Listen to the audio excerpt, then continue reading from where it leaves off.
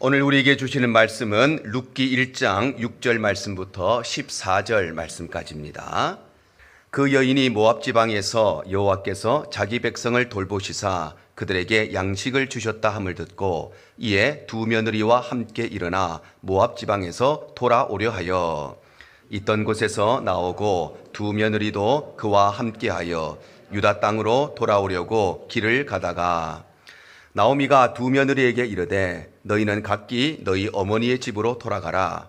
너희가 죽은 자들과 나를 선대한 것 같이 여호와께서 너희를 선대하시기를 원하며 여호와께서 너희에게 허락하사 각기 남편의 집에서 위로를 받게 하시기를 원하노라 하고 그들에게 입맞춤에 그들이 소리를 높여 울며 나오미에게 이르되 아니니이다. 우리는 어머니와 함께 어머니의 백성에게로 돌아가겠나이다 하는지라. 나오미가 이르되 내 딸들아 돌아가라. 너희가 어찌 나와 함께 가려느냐. 내 태중에 너희의 남편 될 아들들이 아직 있느냐. 내 딸들아 되돌아가라. 나는 늙었으니 남편을 두지 못할지라.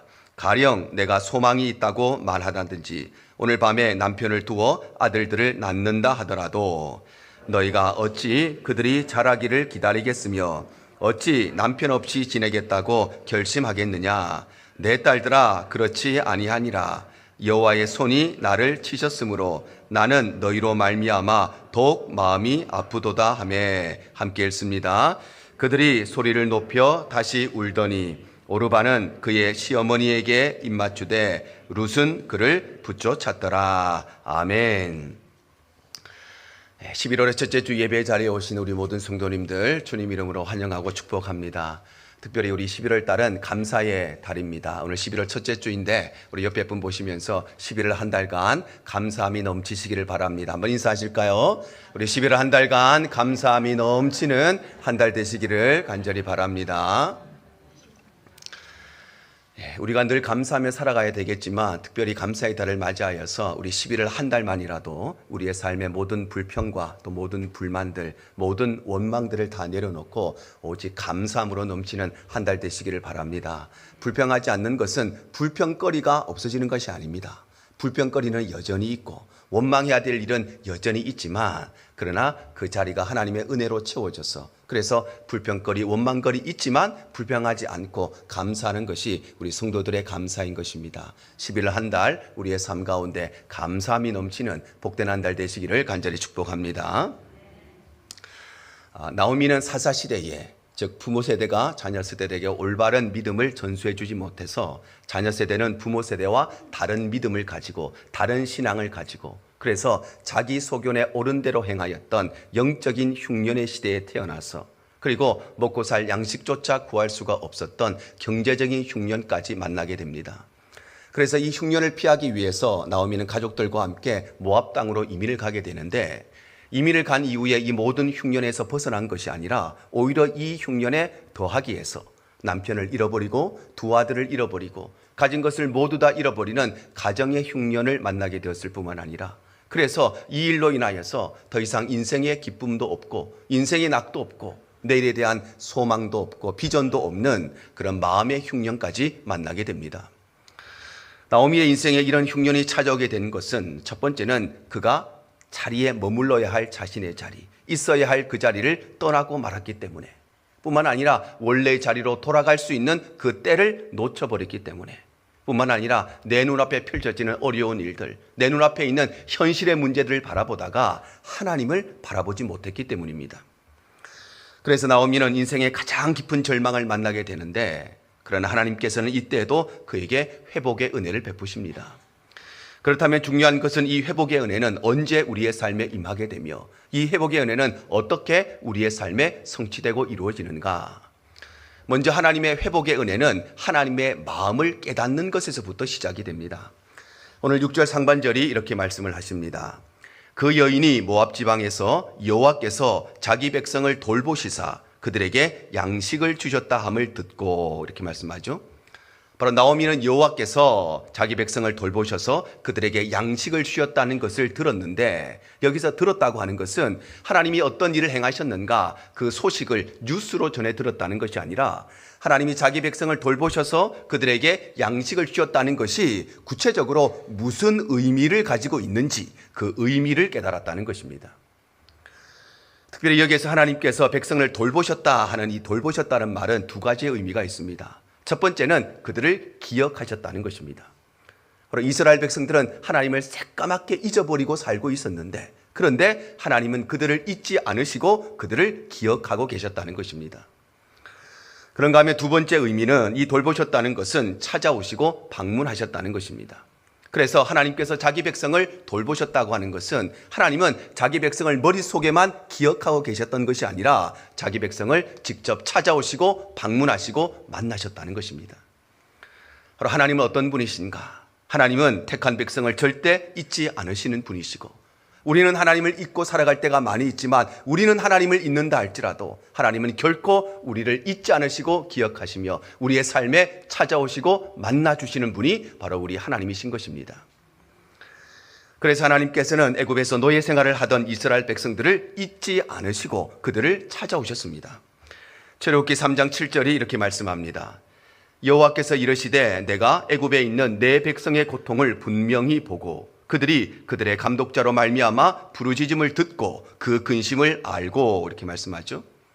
바로 하나님은 이스라엘 백성들의 고통을 보시고 그들의 부르짖음을 들으시고 그들의 근심을 아셨는데, 왜냐하면 이스라엘 백성들은 430년 동안 애굽에 살면서 하나님을 새까맣게 다 잊어버리고 말았는데, 그런데 하나님께서는 그 기간 동안에도 여전히 택한 백성을 기억하셨다는 것입니다. 그래서 하나님께서는 그들을 기억하시고 하나님의 때가 되었을 때에 그들을 찾아오시고 애굽의 노예 생활에서 구원의 손길을 베푸신 것입니다. 또한 하나님께서는 바벨론의 포로로 끌려갔던 이스라엘 백성들도 잊지 않으시고 그들을 기억하시고 찾아오셨습니다. 예레미야 29장 10절입니다. 바벨론에서 70년이 차면 내가 너희를 돌보고 나의 선한 말을 너희에게 성취하여 너희를 이곳으로 돌아오게 하리라. 바로 하나님께서는 하나님의 때가 되었을 때에 포로로 끌려갔던 그들을 돌아보셨는데, 왜냐하면 바벨론 70년의 노예 생활을 하다가 이스라엘 백성들은 하나님을 다 잊고 말았는데, 그런데 하나님은 그들을 잊지 않으시고 끝까지 기억하셨다는 것입니다. 그래서 하나님은 그들을 기억하시고 때가 찼을 때에, 하나님의 때가 되었을 때에 그들을 찾아오셔서 바벨론의 포로에서 그들을 자유함을 얻게 하신 것입니다. 그러므로 나오미가 하나님께서 자기 백성을 돌보셔서 양식을 주었다는 것을 들었다고 하는 것은 단순히 이제 내 고향에 모든 흉년이 끝나고 풍년이 시작되었구나, 모든 불경기가 다 지나갔구나, 이제 경기가 좋아졌구나, 그 소식을, 그 뉴스를 들었다는 것이 아니라 하나님께서 이스라엘 백성들을 기억하시고 그들에게 다시 찾아오셨다는 것을 나오미가 깨닫게 되었다는 것입니다. 그래서 나오미는 이 소식을 단순한 뉴스로, 단순한 소식으로 들었던 것이 아니라 자신을 향해서 다시 은혜의 자리로 돌아오라고 말씀하시는 하나님의 음성으로, 네가 있어야 될 자리는 그 자리가 아니라 너의 원래의 자리로, 예배의 자리로, 하나님이 다스리는 자리로 다시 돌아오라고 말씀하시는 하나님의 음성으로 나오미가 받았다는 것입니다. 우리가 살면서 얼마나 많은 소식을 듣고 얼마나 많은 뉴스를 듣습니까? 그런데 어떤 뉴스는 정말 중요한 뉴스라서 모든 사람들이 다 알고 있는 뉴스인데도 나는 그 뉴스를 한 번도 들어본 적이 없을 수도 있습니다. 반대로 어떤 뉴스는 별 의미도 없는 뉴스라서 아는 사람이 아무도 없는데, 그런데 나는 그 뉴스를 몇 번이고 반복해서 듣게 되는 뉴스도 있습니다. 하나님이 왜 우리에게 의미 없는 뉴스 같은데 끊임없이 듣게 하시고, 또 어떤 뉴스는 정말 중요한 뉴스인데 나는 한 번도 그것이 들어본 적이 없을까요? 하나님께서는 우리가 듣는 모든 것을 통해서 우리에게 어떠한 메시지를 주시기 때문에, 그래서 우리에게 필요한 것들을 전달하시기 위해서 들어야 할 것을 듣게 하시는 것입니다. 하나님께서는 이전에도 끊임없이 말씀하셨습니다. 나오미의 가정이 가나안 땅을 버리고 모압으로 이민 갈 때에 하나님께서는 아마 그들에게 말씀하셨을 것입니다. 너희가 있어야 될 자리는 그곳이 아니다. 하나님이 다스리고 있는 그 자리, 비록 경제적인 흉년, 어려움이 있지만 그러나 네가 있어야 될 때는 그곳이지, 그 우상의 자리, 이방의 자리, 그곳은 너희가 갈 곳이 아니다 말씀을 하셨을 것입니다. 그런데 나오미의 가정은 내 눈앞에 펼쳐져 있는 이 현실의 문제, 이 어려움의 문제, 이 먹고 살기 어려운 문제 때문에 하나님의 음성을 들을 수가 없었던 것입니다. 뿐만 아니라 하나님은 엘리멜렉의 죽음을 통해서도 말씀하셨습니다. 성경에는 엘리멜렉이 언제 죽었느냐? 나오미의 가정은 모압 땅에서 평생 살려고 이민을 간 것이 아니었습니다. 경제적인 흉년이 왔기 때문에 잠시 그 흉년을 피하기 위해서 모압 땅에 갔는데 가보니 그곳에 더 좋은 것을 보게 되고 그래서 그곳에 정착하고 살기로 마음을 먹었을 때에 엘리멜렉이 죽었다고 성경이 기록하십니다. 그러므로 엘리멜렉의 죽음은 단순한 일이 아니었습니다. 우연한 일이 아니었습니다. 그것은 하나님께서 그 사건을 통해서 나오미의 가정을 향해서 말씀하시는 하나님의 메시지였습니다. 너희가 있어야 될 곳은 그곳이 아니라 아무리 가난하고 아무리 힘들어도 너희가 있어야 될 곳은 하나님의 은혜와 하나님이 다스리시는 그곳이 바로 너희가 있어야 할 자리라는 하나님의 메시지임에도 불구하고 그들은 끝까지 내가 모압에서 성공해서 우리 아이들 잘 키워서 좋은 학교 보내어서 좋은 직장 보내어서 떵떵거리며 살도록 그렇게 해야지 모압에 대한 드림을 포기하지 못하여서 그래서 하나님의 음성을 깨닫지를 못하는 것입니다. 뿐만 아니라 하나님은 두 아들의 죽음을 통해서도 말씀하셨습니다. 두 아이가 잘 자라서 다 결혼을 했습니다. 그런데 얼마 되지 않아서 이 두 아들이 아무런 이유도 별다른 이유도 없이 한꺼번에 두 아들이 죽어버렸습니다. 이게 어떻게 우연히 벌어진 일이겠습니까? 하나님은 그 사건을 통해서 나오미를 향해서 하시는 하나님의 메시지가 있었던 것입니다. 그런데 그런 일을 당하고도 이 나오미는 끝까지 그 하나님의 메시지를 듣지 못했던 것입니다. 여러분, 하나님은 여전히 우리에게 말씀하시는 분이십니다. 그런데 우리가 우리의 현실의 삶에 매몰되어 있으면 내 눈앞에 펼쳐져 있는 상황만 바라보고 있으면 하나님의 음성이 우리의 귀에 들려지지 않는 것입니다. 계시록 3장 20절이 이렇게 말씀하시죠. 볼지어다 내가 문 밖에 서서 두드리노니 누구든지 내 음성을 듣고 문을 열면 내가 그에게로 들어가 그와 더불어 먹고 그는 나와 더불어 먹으리라. 바로 하나님은 언제나 우리의 마음의 문을 두드리시는 분이십니다. 하나님은 언제나 우리의 마음 가운데 찾아오기를 원하시는 분이십니다. 하나님은 우리와 언제나 함께 먹고 마시기를 원하시는 분이십니다. 그래서 하나님은 언제나 말씀을 통해서 이 강단을 통해서 사람을 통해서 만남을 통해서 우리에게 말씀하시는 분이신 것입니다. 그래서 찬송가 528장 이렇게 고백하는 것이지요. 예수가 우리를 부르는 소리 그 음성 부드러워 문 밖에 나와 사면을 보며 우리를 기다리네. 간절히 오라고 부르실 때에 우리는 지체하랴. 주님의 은혜를 왜 아니 받고 못 들은 채 하려나. 오라 오라 방황치 말고 오라. 죄 있는 자들아 이리로 오라. 주 예수 앞에 오라. 사랑하는 성도 여러분, 오늘도 우리에게 말씀하시는 하나님의 음성을 들으실 수 있기를 축복합니다. 그래서 나오미를 향해서 네가 있어야 될 자리는 그 자리가 아니라 네가 있어야 될 원래의 자리로 부름받는, 내가 너를 기다리고 있다고 말씀하시는 이 하나님의 음성이 나오미에게만 말씀하시는 것이 아니라 오늘 저와 여러분을 향해 말씀하시는 하나님의 음성임을 기억하시기를 바랍니다. 그럴 때에 우리 인생의 모든 흉년을 물러가게 될 것이고 그때부터 우리의 삶의 회복의 은혜가 시작되는 것입니다. 또한 회복의 은혜는 우리 마음의 결단을 통해서 진행됩니다. 오늘 6절 하반절이 이렇게 말씀합니다. 이에 두 며느리와 함께 일어나 모압 지방에서 돌아오려 하여, 이렇게 말씀하죠. 바로 나오미가 하나님의 음성을 듣고 하나님의 마음을 깨닫습니다. 하나님이 나에게 이 일을 통해서 어떤 것을 원하시는지 알게 되었습니다. 그런데 나오미는 그 깨닫는 것에서 그친 것이 아니라 그것을 고향으로 돌아가겠다고 마음에 굳게 결단을 했다는 것입니다. 나오미가 하나님의 마음을 깨달은 이후에 깨달음에 머물지 않고 그리고 마음의 결단으로 나아갈 수 있었던 것은 자신의 삶에 일어난 모든 문제의 원인을 드디어 깨닫게 되었기 때문입니다. 나오미는 살기 위해서 모압으로 이민을 갔습니다. 그런데 참 아이러니하게 살기 위해서 갔는데 남편이 죽었습니다. 살기 위해서 갔는데 큰아들도 죽고, 살기 위해서 갔는데 작은 아들도 죽는, 참으로 여인으로서 겪을 수 없는 지상 최대의 아픔과 고통을 겪게 됩니다. 그런데 그럼에도 불구하고 나오미는 남편의 죽음을 통해서도 아이들의 죽음을 통해서도 내 인생에 왜 이런 일이 생겼는지, 하나님께서 이 일을 통해서 무슨 말씀을 하시는지 그것을 깨닫지를 못했습니다. 그런데 하나님의 음성을 듣고 하나님의 마음을 깨닫게 될 때에 그는 자신의 삶에 일어난 모든 문제의 원인이 어디에서부터 시작되었는가를 깨닫게 됩니다. 오늘 13절 하반절이 이렇게 말씀합니다. 여호와의 손이 나를 치셨으므로 나는 너희로 말미암아 더욱 마음이 아프도다. 바로 내 삶에 일어난 모든 일들은 우연히 일어나는 것이 아니라, 내가 운이 없는 사람이라서 이런 일을 만나게 된 것이 아니라, 내가 참 복이 없는 사람이라서, 박복한 여자라서 남편 복도 없고 자식 복도 없어서 그래서 내게 이런 일이 일어나는 것이 아니라, 내가 사람을 잘못 만나서, 내가 때를 잘못 타서 그래서 이런 일이 생긴 것이 아니라, 내 삶의 이 모든 일들은 여호와의 손이 나를 치셨기 때문이라고 하는 이 문제의 근본적인 원인을 그가 깨닫게 된 것입니다. 여러분, 우리도 이민의 삶을 살면서 인생의 흉년을 만날 때마다 이런 생각을 하게 될 때가 있지 않습니까? 내가 왜 이렇게 되었을까? 내 삶에 왜 이런 일이 생겼을까? 내가 처음 미국 왔을 때 나를 픽업해 공항으로 왔던 그 사람 따라서 이 동네에 정착하다가 이런 일이 생겼구나. 그래서 우리 아이들을 그 학교에 보내다가 이런 일이 생겼구나. 내가 누구를 만나서 그래서 수많은 직업 가운데 이 직업을 택하였다가, 수많은 비즈니스 가운데 이 비즈니스 하다가 이런 일 생겼구나. 그렇게 생각할 수도 있습니다. 그러나 여러분, 우리의 삶은 우연으로 이루어지는 것이 아니라 우리의 삶은 하나님의 섭리 속에 있는 것입니다. 섭리라고 하는 것은 앞을 내다보고 계시는 하나님의 일하심과 역사하심을 말하는 것입니다.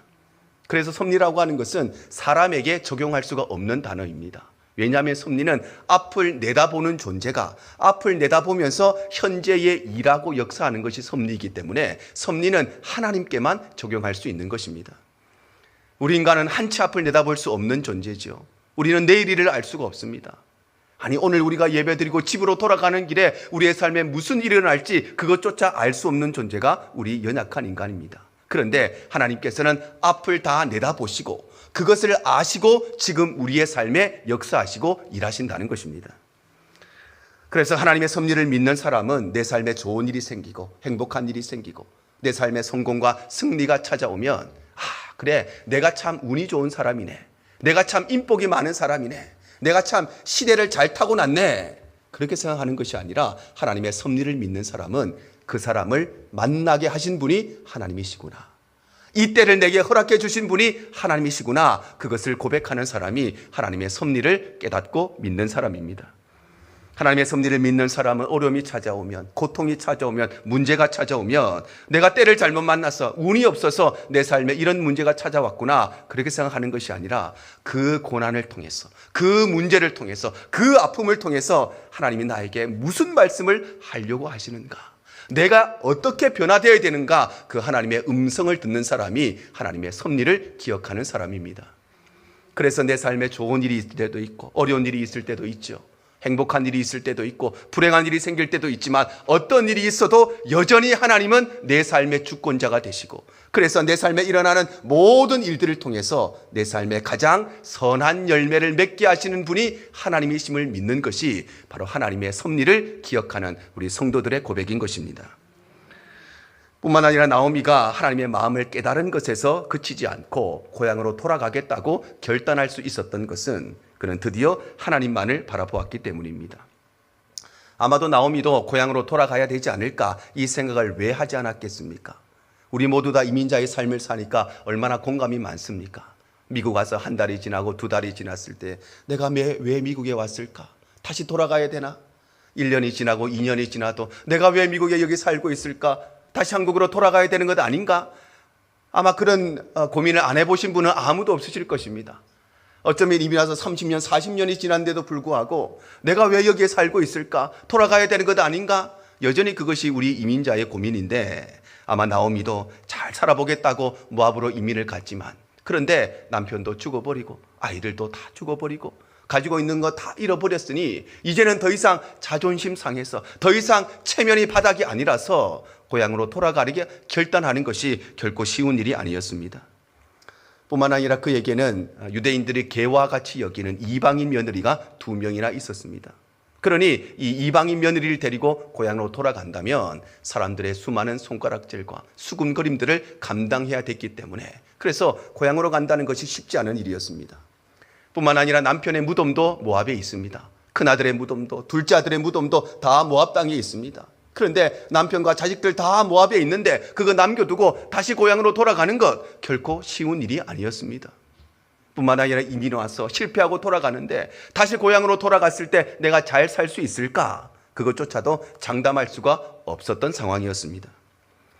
그런데 이 모든 현실의 문들을 뛰어넘어서 이 나오미가 고향으로 돌아가겠다고 마음에 결단한 것은 그는 더 이상 사람을 바라보는 것이 아니라 사람들이 내게 무슨 말을 할까? 사람들이 나를 어떻게 바라볼까? 내 체면과 내 자존심이 아니라 나를 부르시는 그 하나님의 음성 앞에 네가 있어야 될 자리는 그 자리가 아니라 네가 돌아와야 될 그 자리, 내가 그곳에서 너를 기다리고 있다고 말씀하시는 하나님을 바라보았기 때문에 자존심을 포기하고 체면을 포기하고 사람들의 수군거림을 감수하면서까지 그가 고향으로 돌아가겠다고 마음에 굳게 결심했던 것입니다.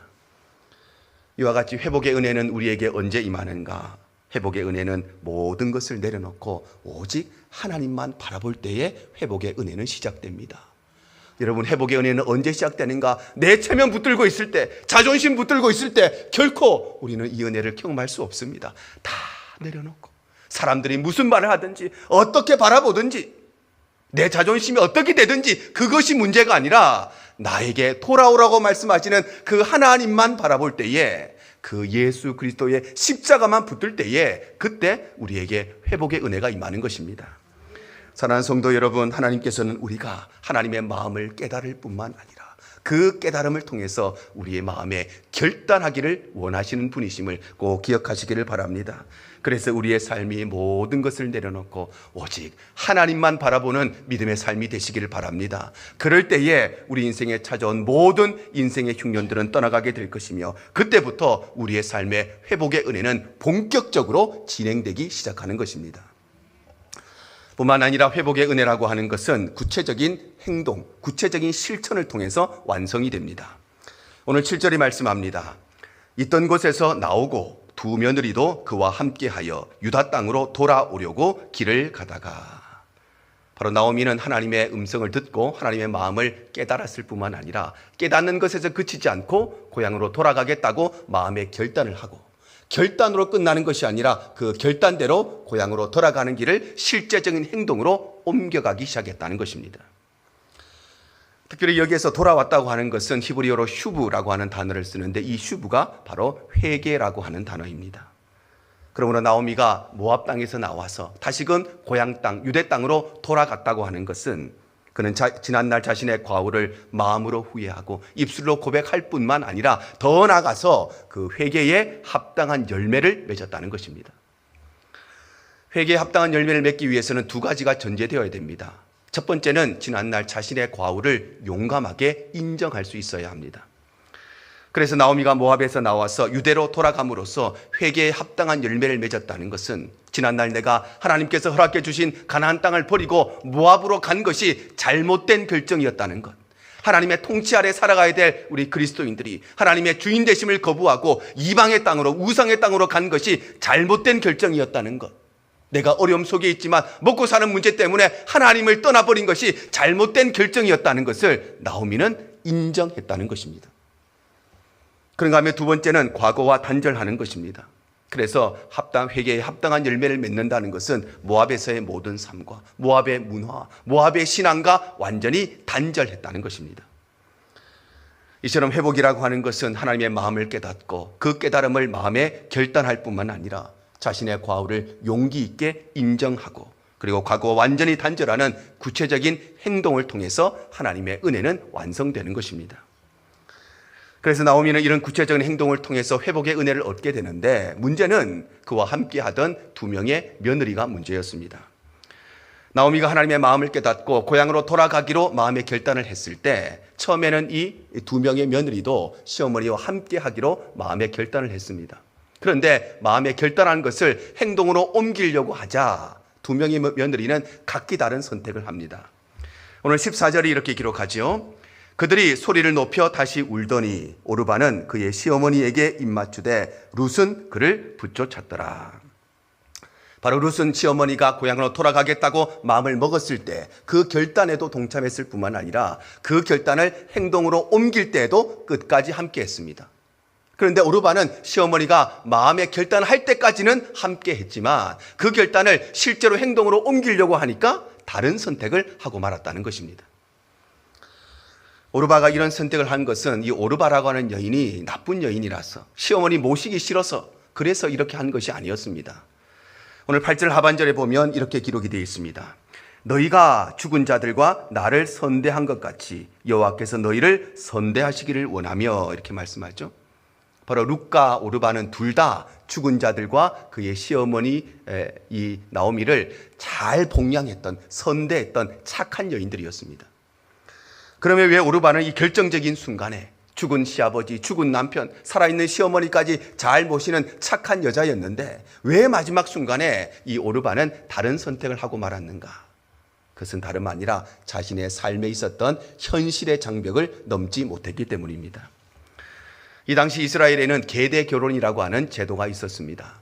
계대 결혼이라고 하는 것은 만약에 형님이 결혼해서 아들을 낳지 못하면 남동생이 대신 형수를 취하여서 아들을 낳게 해주는 제도가 바로 계대 결혼 제도입니다. 그래서 만약 나오미에게 두 아들이 죽었지만 셋째 아들, 넷째 아들이 있다면 이 아들들을 과부가 된 며느리에게 주어서 그들로 하여금 아들을 낳게 하면 되는데, 그런데 나오미에게는 다른 아들이 없었기 때문에 그래서 며느리에게 이렇게 이야기를 합니다. 오늘 11절에서 13절 상반절입니다. 나오미가 이르되 내 딸들아 돌아가라. 너희가 어찌 나와 함께 가려느냐? 내 태중에 너희의 남편 될 아들들이 아직 있느냐? 내 딸들아 되돌아가라.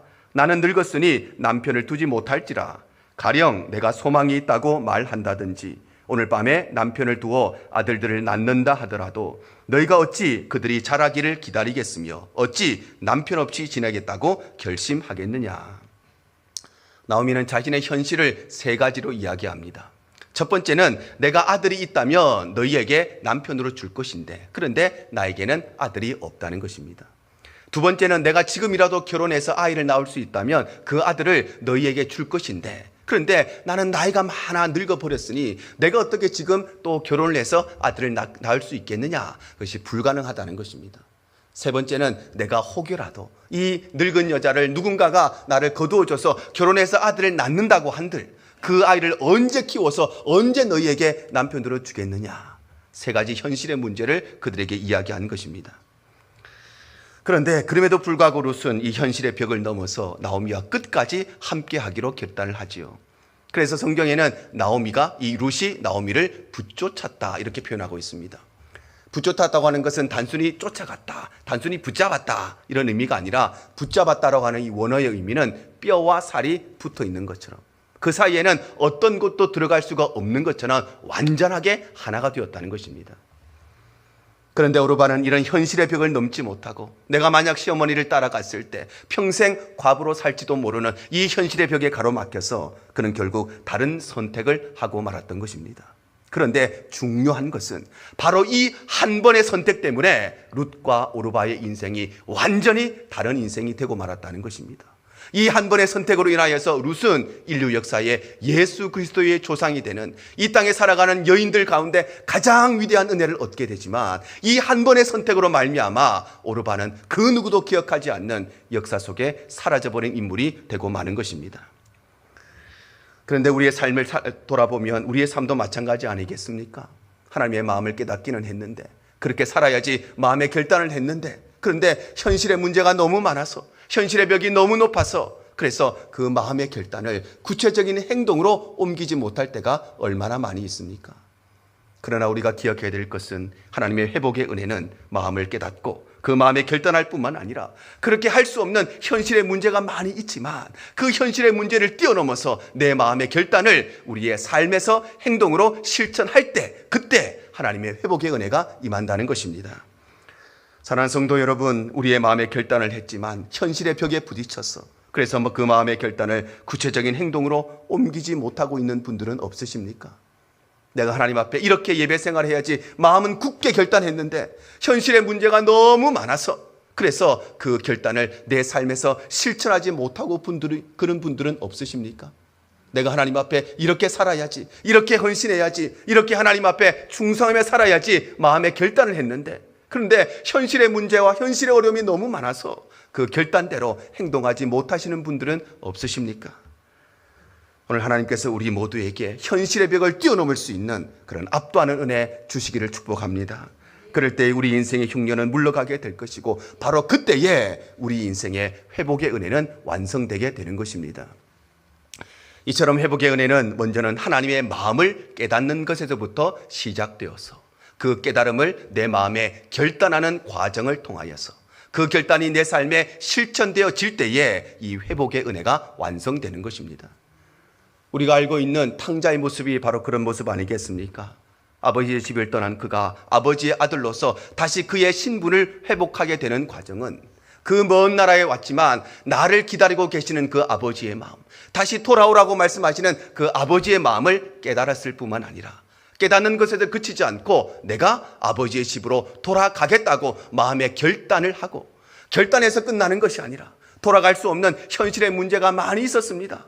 돌아갈 수 없는 현실의 벽이 여러 가지가 있었습니다. 그런데 그 마음의 결단한 대로 현실의 벽을 뛰어넘어서 그 믿음의 결단대로 자신의 삶의 행동으로 아버지의 집에 돌아갔을 때에 그의 신분이 회복되어지고 그의 모든 삶이 회복의 은혜를 경험하게 되는 것입니다.